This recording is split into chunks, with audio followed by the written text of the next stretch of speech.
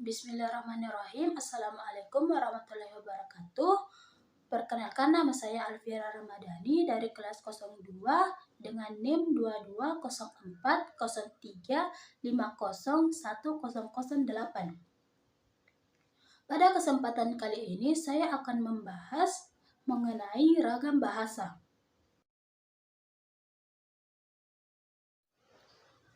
Pengertian ragam bahasa. Ragam bahasa ialah sebuah variasi menurut pemakaian, lawan bicara, topik yang akan dibicarakan, serta medium pembicaraan. Menurut Nababan tahun 1984, mendefinisikan bahwa ragam bahasa ialah sebuah bahasa atau variasi yang berdasarkan perbedaan sosial, status sosial, tingkat formalitas, serta generasi yang berbeda, dikutip oleh Utami tahun 2021. Ragam bahasa dibagi menjadi dua bagian, yaitu ragam bahasa lisan dan ragam bahasa tulisan. Yang pertama adalah ragam bahasa lisan. Ragam bahasa lisan adalah ragam bahasa yang diungkapkan secara lisan dan tidak seluruhnya dapat dilukiskan dalam bahasa tulis dengan dibantu ekspresi, situasi, gerak, ataupun isyarat, dikutip oleh Aisyah dan Noviyadi tahun 2018. Dalam bahasa lisan, kita berurusan dengan lafal, kosakata, dan tata bahasa. Beberapa ciri-ciri bahasa lisan, yaitu memerlukan orang kedua, tidak memperhatikan unsur gramatikal, tergantung dari situasi, berlangsung dengan cepat, dan tidak menggunakan alat bantuan.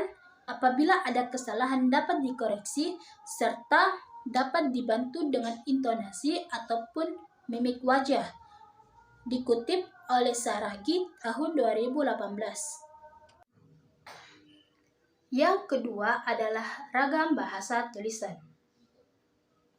Pramudipyanto tahun 2012 mendefinisikan ragam bahasa tulisan adalah ragam bahasa yang penuangannya perlu didukung oleh kemampuan penyampaian dalam ragam lisan, yang artinya seseorang yang menyampaikan suatu konsep sebaiknya diiringi oleh kemampuan penyampaian dalam ragam tulisan. Ada kalanya manusia sulit melakukan hal itu. Ketika diminta untuk mengekspresikannya ke dalam tulisan, justru mengalami hambatan. Dikutip oleh Suharyanti. Ragam tulisan perlu lebih terang dan lebih lengkap daripada ragam lisan. Fungsi-fungsi gramatikal pada ragam tulisan nyata, karena ragam tulisan tidak memerlukan orang kedua berada di depan pembicara. Kelengkapan dikehendaki apabila orang yang diajak berbicara paham akan isinya.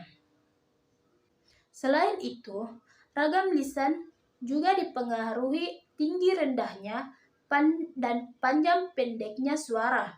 Sedangkan ragam tulisan dipengaruhi oleh tanda baca, huruf besar, dan huruf miring. Dikutip oleh Prayudi dan Nasution tahun 2020.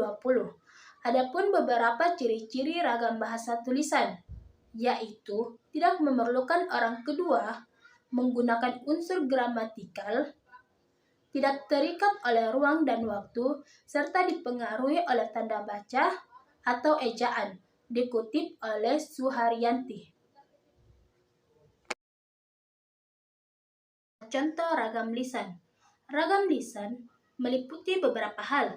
Yang pertama adalah ragam bahasa teknis, kedua adalah ragam bahasa catatan, yang ketiga adalah ragam bahasa undang-undang, dan yang keempat adalah ragam bahasa surat, dikutip oleh Purayasa tahun 2018.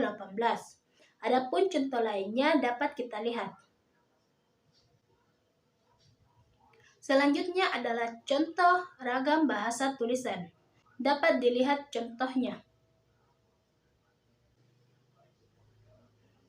Mohon maaf apabila ada kesalahan. Wabillahi taufiq wal hidayah. Wassalamualaikum warahmatullahi wabarakatuh.